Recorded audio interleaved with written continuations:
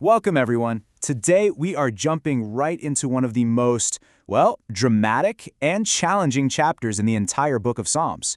We're going to break down the incredibly powerful message of Psalm 50. I want you to just imagine this for a second.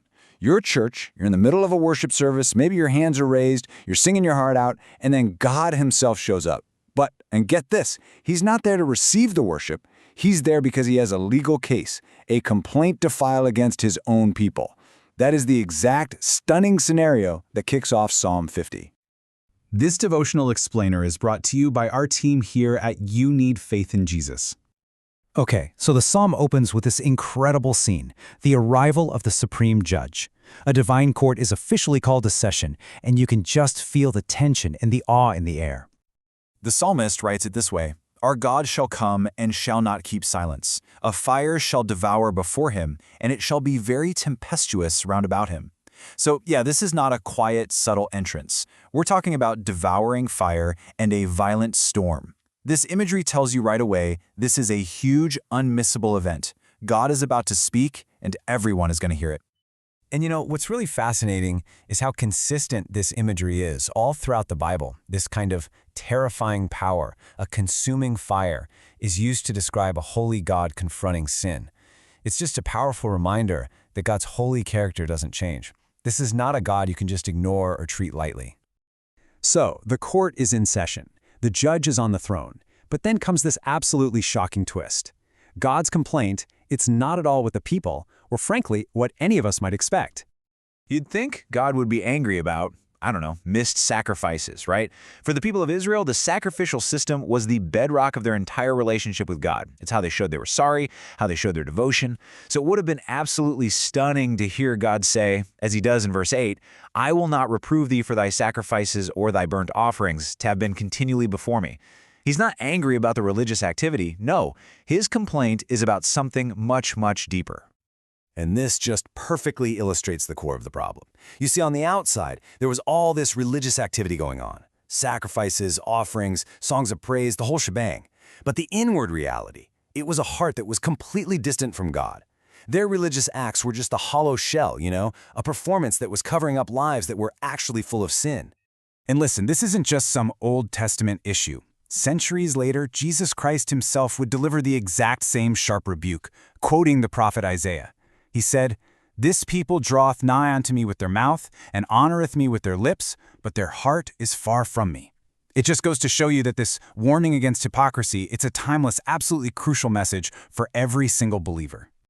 Now, God doesn't just make a vague accusation. No, like any good prosecutor, he presents specific, concrete evidence to the court. He shows exactly how their lives directly contradicted the very commands they claimed to be following. And the charge sheet it's damning. God says they consented with thieves and were partakers with adulterers. He says their mouths were given to evil, and their tongues were experts at framing deceit. They even slandered their own family members. So the point here is crucial. They weren't just kind of passively disobedient, no. They were actively participating in and approving of sins that were a direct violation of the Ten Commandments. The evidence here reveals a really sobering and, dangerous possibility for any religious person.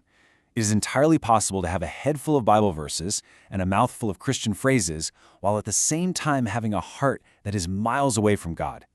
The psalmist's warning is crystal clear. Our lives have to match our language. And this is where this ancient courtroom drama pivots and becomes a deeply personal challenge for you and me today. The case has been made, the evidence has been presented, so now it's time for a verdict. It's time for a personal heart check. We can really boil this personal verdict down into 3 practical steps. 3 questions we have to ask ourselves honestly before God. First, we need to question our actions. Second, we have to examine our tolerances. And third, we must evaluate our offerings. So let's start with question 1. Do my words about God truly match my actions during the week? Is the person who sings praise on Sunday the same person who deals with their coworkers on Monday or who talks to their family on Tuesday? This is a call for some radical consistency. All right, next up is question 2. And this one requires some ruthless honesty. Are there areas in my life where I tolerate sin, all while I'm maintaining a religious appearance? This goes right back to the evidence God presented. Are we taking pleasure in things like gossip, or shady business deals, or impure entertainment, all while putting on a righteous face for everyone else? And finally, we come to the third and maybe the most crucial question of all. Am I offering God empty rituals, or am I offering Him a genuine relationship? This gets to the absolute core of what God really wants. See, He's not impressed by our religious performance. He's looking for a real, authentic heart that loves Him and follows Him.